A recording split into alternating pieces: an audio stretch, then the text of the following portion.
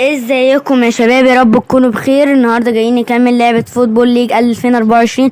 قبل ما نبدا اي حاجه ما تنساش تعمل لايك وسبسكرايب وتفعل الجرس ان شاء الله كل جديد. يا جماعه انا مش شايف بجد اي دعم، يا ريت دعم كتير عشان انزل لكم اللي انتوا عاوزين. اي حاجه عاوزينها اعملها لكم، بس انا يا ريت محتاج دعم كتير قوي. طيب النهارده جايين نكمل مهنة لاعب الجزء الثاني. لما كنا في اتلتيكو مدريد لو فاكرين. طبعا انا بتاخر قوي، اتاخرت قوي عقبال ما انزل الفيديوهات، معلش يا جماعه انا اسف. هنكمل دلوقتي. طبعا اخر مرة في وقفنا عند الجولة الخامسة، ودلوقتي ترتيبنا في مجموعة دوري ابطال اوروبا. المركز الاول ب 12 نقطة، والمركز الثاني تشيلسي ب7 نقط. الفرق كبير الحمد لله، يعني يعتبر صعدنا لدور ال16. والمركز الثالث اياكس امستردام ب4 نقط، وللاسف يوفنتوس اللي هو الحلو يعني ب0 نقطة. طيب، ودي طبعا باقي المجموعات. هنا بقى ايه؟ الجولة الخامسة هقابل تشيلسي. طيب كده انا وهم صاعدين، بس يمكن المركز التالت يتأهل، ما اعرفش الصراحة، بس كده انا متأهل يعني. ف ممكن يعني الماتش ده اعمل له اروح العبه واجيلكوا، بس اوريكوا. بس هنلبس باللون ده، هو على ارض تشيلسي اهو يا جماعة. طبعا مش عارف ليه طاقتي قلت، يعني اول ما بدأت اللي هو مهنة لاعب، مع ان المفروض تزيد، بس مش عارف ايه اللي حصل. يعني يمكن عشان انا سجلت كتير يعني الحمد لله. ف يمكن طاقتي قلت عشان انا بلعب كتير اوي كده يعني. يعني الاول كان طاقتي 72، دلوقتي بقت 70. مش عاوزه اطول عليكم، يعني المهم ان احنا نلعب. ودي هتكون التشكيلة وبس يعني. فراح العب الماتش واجيلكم. طيب يا جماعة، الشوط الأول خلص بالتعادل 1-1. أنا كده اصلا يعني مش فارق معايا، لأني كده أنا اتصدرت المجموعة وتأهلت الدور 16. بس يعني حسابات وكده. في الدقيقة 16 سجلنا الهدف الأول. ده أنا حتى مسجلتش الهدف قوي، وبرضه طاقتي عمالة تقل مش عارف ازاي. وهما في الدقيقة 28 سجلوا هدف عالمي. يا جماعة أنا يعني بلعب بفريق الخصم، وبقول إن هو الصراحة هدف حلو قوي. لو أنت جبت الشناوي وإدريس ومانو، لو جبت كل الحراس مش هتعرف. أنا أصلا لقيت مرة واحدة شوط، يعني أنا بالدفاع خد منه الكورة ولقيت مرة واحدة شوط. المهم عادي. فدلوقتي هلعب الشوط التاني. واحتمال ان المدرب يعيدني احتياطي علشان انا ما بسجلش وطاقتي بتقل ومش بلعب كويس ومش بباصي. فاحتمال يعني لو انا مثلا لعبت الماتش ده لحد ما دور المجموعات يخلص، اللي هو الماتش الجاي ده الاخير، لو انا فضلت على الحال ده للاسف هيخليني بديل. تمام. هو هينزل مكاني كوريا، هو اصلا بيفكر ينزل كوريا، بس هو بيديني فرصة. فلازم يعني ايه اخد الفرصة دي بجد واحاول اعمل حاجة. طيب وده الشوط التاني هروح العبه واجيلكوا. طيب يا جماعة، الماتش الحمد لله خلص 2-1 بهدف في الدقيقة 71 لبريوس، ولا مش عارف اسمه ايه الصراحة. انا طبعا زعلان شوية على اني انا مسجلتش، بس عادي كلنا بنلعب لفريقنا. بس انا الصراحة عاوز اسجل علشان اكون هداف الدوري الاسباني. طبعا مش هعرف لاني بسبب تشكيلة ريال مدريد الخارقة، امبابي وفينيسيوس ورودريجو ومش عارف ايه وبلينجهام، مش عارف. بس كنت عاوز كده. كده المدرب بيفكر ان هو يقعدنا احتياطي من بعد الماتش الجاي الاخير. طيب دي النتائج كلها: بايرن ميونخ خسر برشلونة، وبورتو خسر غلاسكو، وإسي ميلان وباريس، واحنا ويوفنتوس اتعادل مع اياكس امستردام. كده عم اظن لحد دلوقتي لحد الان يعني اياكس متفوق على يوفنتوس في المركز الثالث. هل بقى ممكن يرجع وياخد المركز من تشيلسي؟ يعني هي صعبة لان اياكس تخيل يعني، بس ممكن. وريال مدريد وكده يعني. مش عاوزة اطول عليكم، بس يعني دي النتائج. وفي المباراة الأخيرة هنلاعب أياكس أمستردام هنا في أرضنا. طيب دي آخر اللي هو ايه اسمه ايه، انا نسيت يا جماعه. اخر فرصه ليا في الماتش ده، لو ما قدمتش اداء حلو المدرب هيقعدني احتياطي. حاسه يا جماعه ان التشكيله كده وحشه، هنزلها ايه تخليها ايه 4-3-3. طيب. وهننزل هنا مهاجم ونغلي جريزمان هنا ومولاتا وطيب روس. هنزل هنا لمانيتا ده، مع اني يا جماعه الواد ده اللي مش عارفه اقول اسمه ده بريوس. المشكله ان هو مش كاتبينه صح. سجل هدف، فهو معنى كده ان هو حلو، بس عاوز انزل مكانه اللاعب ده. حاسس ان هو وطاقته حلوه، والواد ده طاقته 90. تخيل يعني طاقته حلوه قوي، بس مش عارفه انزله مكان مين. انا عارف الواد ده كوكي، بس انزله ممكن مكان سوير ده. اوكي، عاوز اغير حاجات من التشكيله و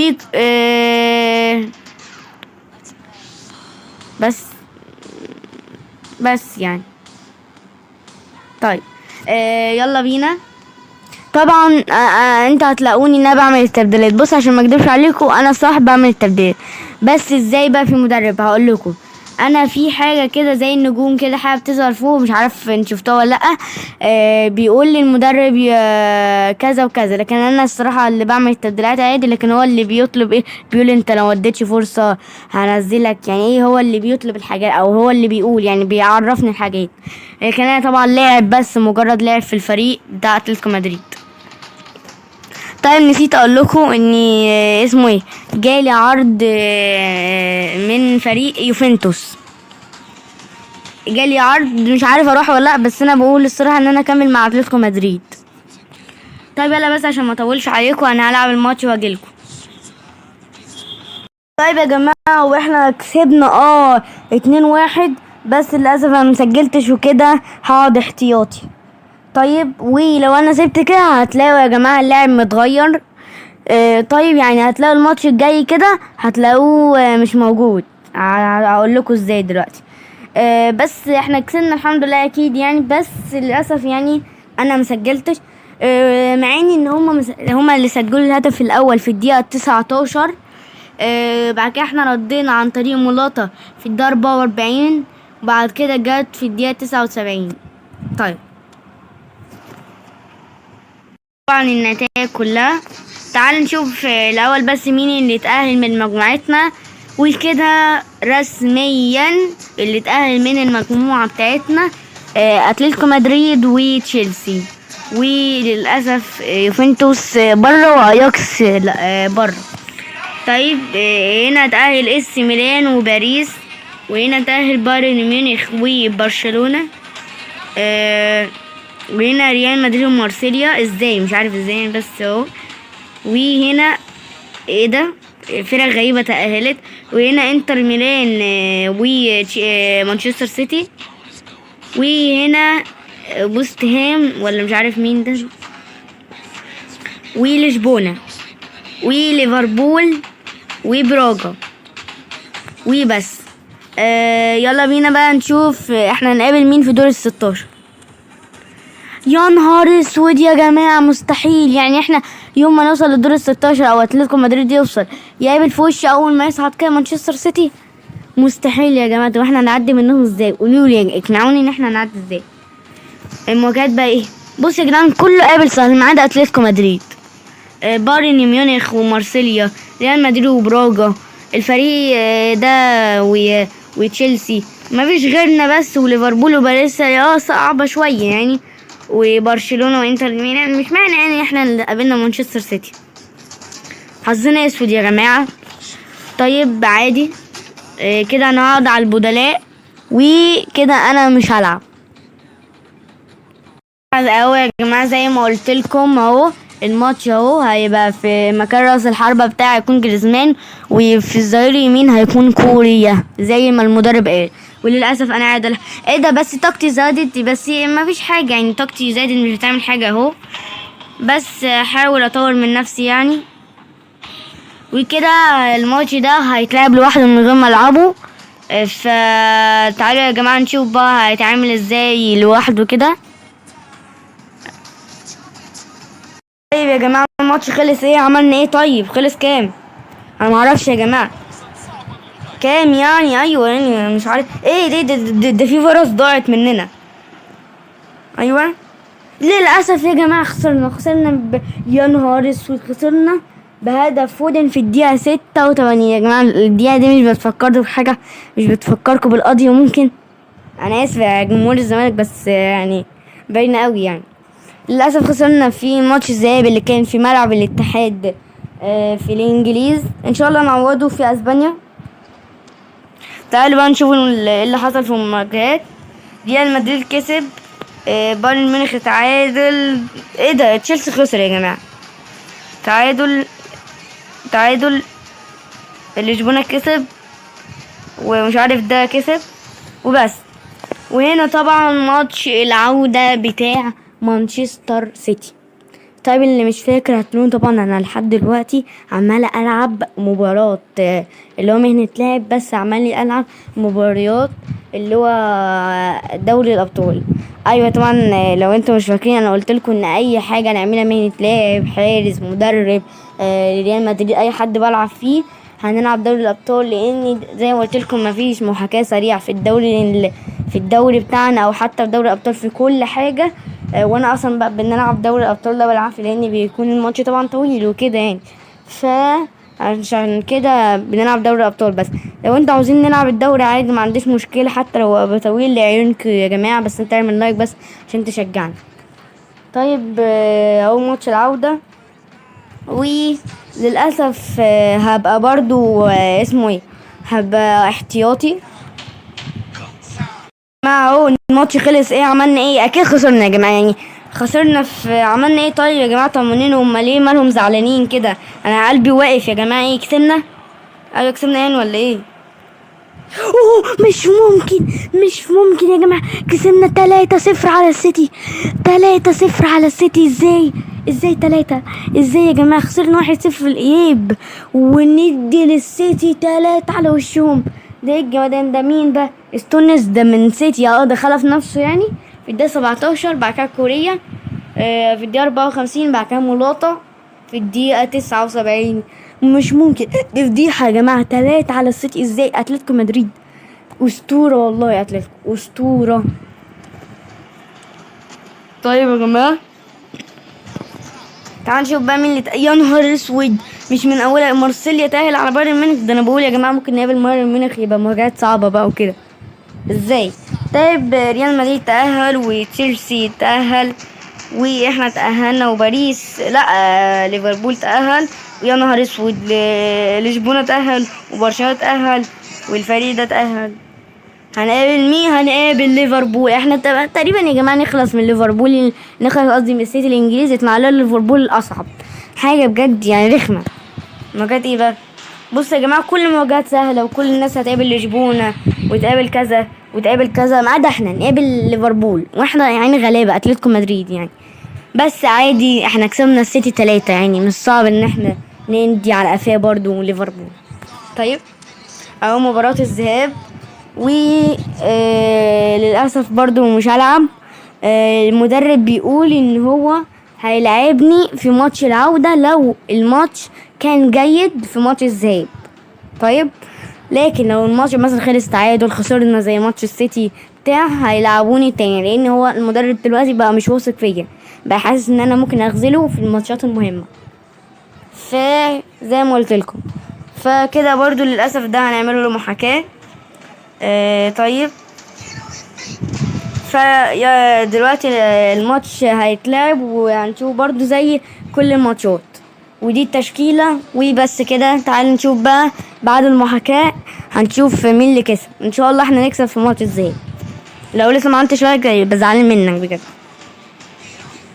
يا جماعة الماتش خلص عملنا ايه بقى؟ اوكي والحمد لله كسبنا 3-1. الحمد لله يا جماعة. احنا بنقطع اي حد اي غريم. طبعا الاول سجل جريزمان في الدقيقة 9، بعد كده دياز تعادل في الدقيقة 30، بعد كده مراتا ده سجل بعديها ب9 دقايق بالهدف الثاني قبل نهاية الشوط الأول. في الشوط الثاني في الدقيقة 83 بيخلصها اللاعب ده مش عارفة انطق اسم لان معرفش اسماء اللاعبين كويس، وطبعا اللعبة ما تكونش عاملة اسماء اللاعبين صح. بس المهم اللي احنا كسبنا 3-1. طبعا الفرقة بقى عملت ايه؟ تعالوا نشوف.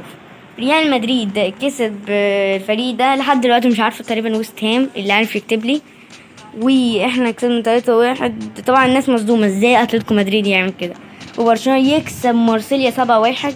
ايوه كده، قول لي بايرن ميونخ ازاي يكسب ده كل ده يا جماعه في ماتش ازاي؟ يعني برشلونه علم عليه يعني، فشخه حرفيا.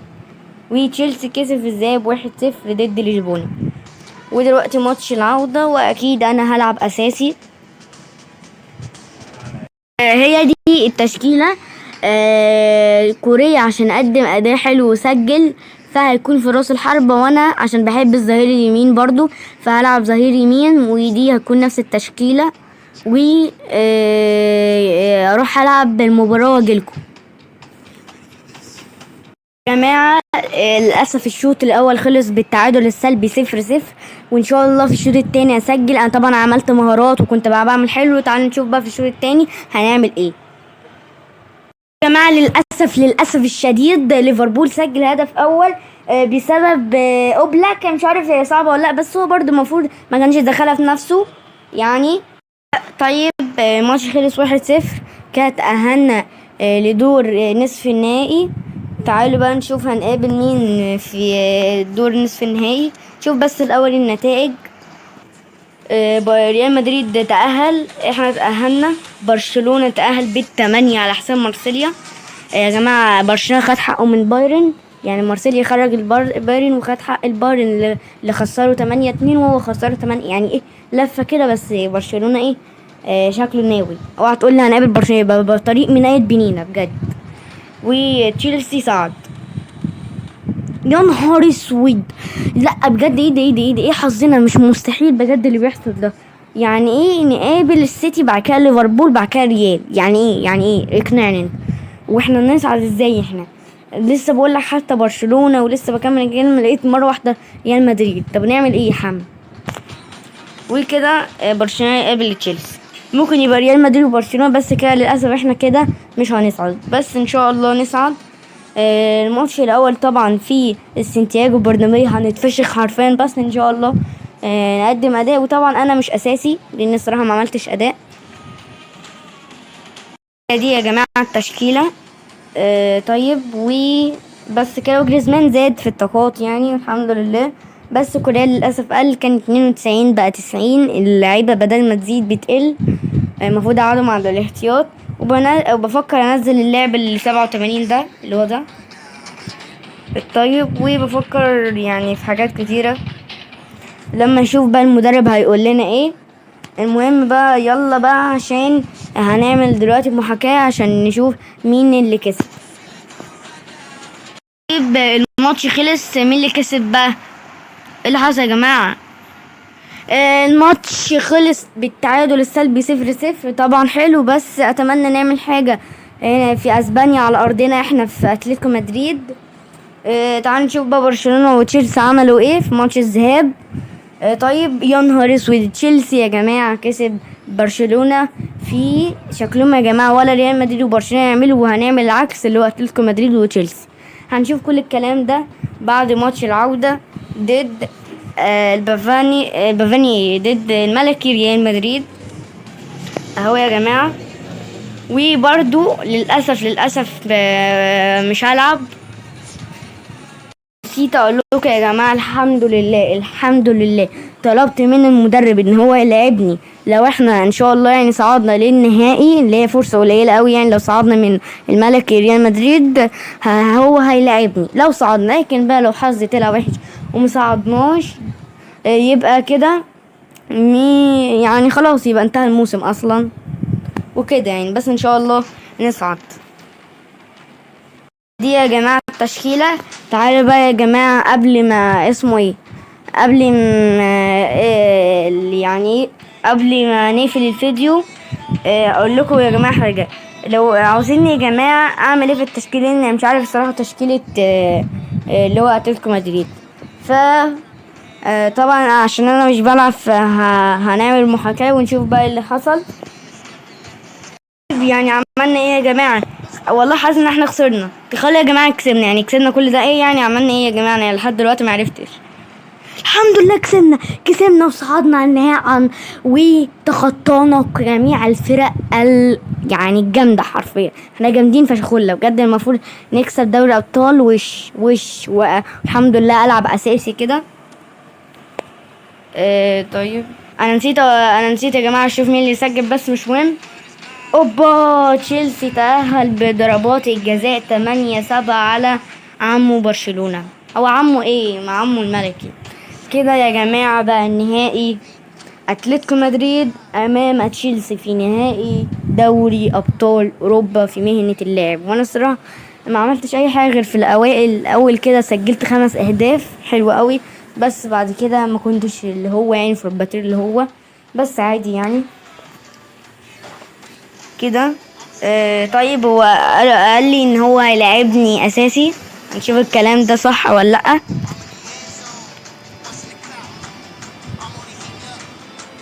يا جماعة هو كان التليفون معلق فعشان كده عمل كده، لكن اهي طلعت يا جماعة بتتحرك اهو وانا موجودة اهو في الظهير اليمين. طيب تعالوا اقول لكم اهي اللي هو التشكيلة. اوبلاك وهنا مورينا، وهنا يعني يا جماعة مش عارف اعرف بجد السبب اللي هو بتاع. وهنا لابونتي انا نسيت اسمه. وهنا كوكي، وهنا ديبول، وهنا فلوباتير وهنا يعني، وهنا ملاطة، وفي راس الحربة جريزمان. اتمنى نكسب دوري الابطال، فتعالوا بقى استعرض لكم المباراة. يلا بينا ان شاء الله نكسب دوري الابطال مع اتلتيكو مدريد، ويبقى اول مرة حقق دوري الابطال في حياته. طيب انا عارف ان الصوت صغير بس عادي يعني، مش عاوز الصراحة اكبره عشان ما يحصلش زي المرات اللي فاتت. اهو يا جماعة هو عدلة طماع بصيلي. طيب بصي ايوه سجل يا جريزمان. طيب سجل يا جريزمان، سجل حرام عليك. طيب للاسف جريزمان ضيع. انا عاوز حد يبصيلي يا جماعة، انا عاوز حد يبصيلي. ايوه بصي اهو، ايوه اهو. ياه ضيعتها للاسف. انا اتسرعت الصراحة، انا مصدقت ان انا لقيت كورة فاتسرعت يا جماعة. هي جت في القائم للاسف. يا ريتني ما اتسرعت، يا ريتني يا جماعة كنت خدت وضعي وكنت شوت، بس عادي. المهم بس اللي احنا ايه ما نخسرش، والحمد لله اوبلاك موجود في الميعاد. وحش اوبلاك. يخرب بيتكم يا جماعة، تعملوا ايه بس؟ بتخبط فيك ازاي يعني؟ طيب هنا ايوه كده انا عاوز لكم ايه اللي هو ايه. ايوه فين اتلتيكو مدريد ده؟ يلا بقى بصيلي. ايوه عدي بقى يا حارس يا رخم.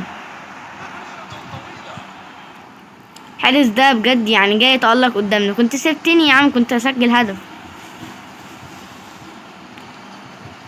مستحيل، انا قلت اجرب بس كانت مستحيلة. تخيلوا يا جماعة كان يجي. جريزمان كان بيحاول يقطع الكورة بس معرفش. انا هو يا جماعة، وخلص للأسف الشوط الأول بالتعادل السلبي 0-0. طبعا طاقتنا خلصت، بس هنعمل ايه؟ طبعا نهائي دوري الأبطال ما نقدرش نستغنى عنه. يلا تشكيلة طبعا تشيلسي قوية جدا وتقريبا تعاقدوا مع لاعب جديد معرفش اسمه ايه، بس شكله قوي في راس الحربة. جريزمان سجل يا جريزمان سجل. الله يا جريزمان يا اسطورة جريزمان. طبعا هسيبكم طبعا مع المعلق ومع صوتكم ومع صوت الجماهير. هدف جميل. طبعا المذيع بيقول لك هدف جميل فعلا. يلا ديبول سجل، روح حتى مش هبقى طماع يا جماعه. خلينا نلعب للفريق، او انا ما سجلت بس خلينا نلعب للفريق يعني ما نلعبش ليه لنفسنا بس. طيب ايوه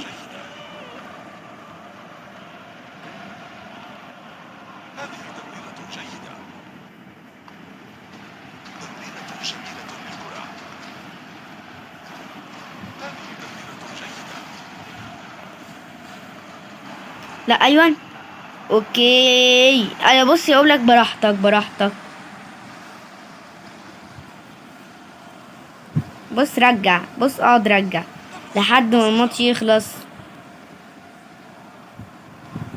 لا يا جماعة ما يتعدلوش، ما يتعدلوش بجد يا جماعة. ايوه الواد اسمه جاكسون ده شكله جايبينه حلو.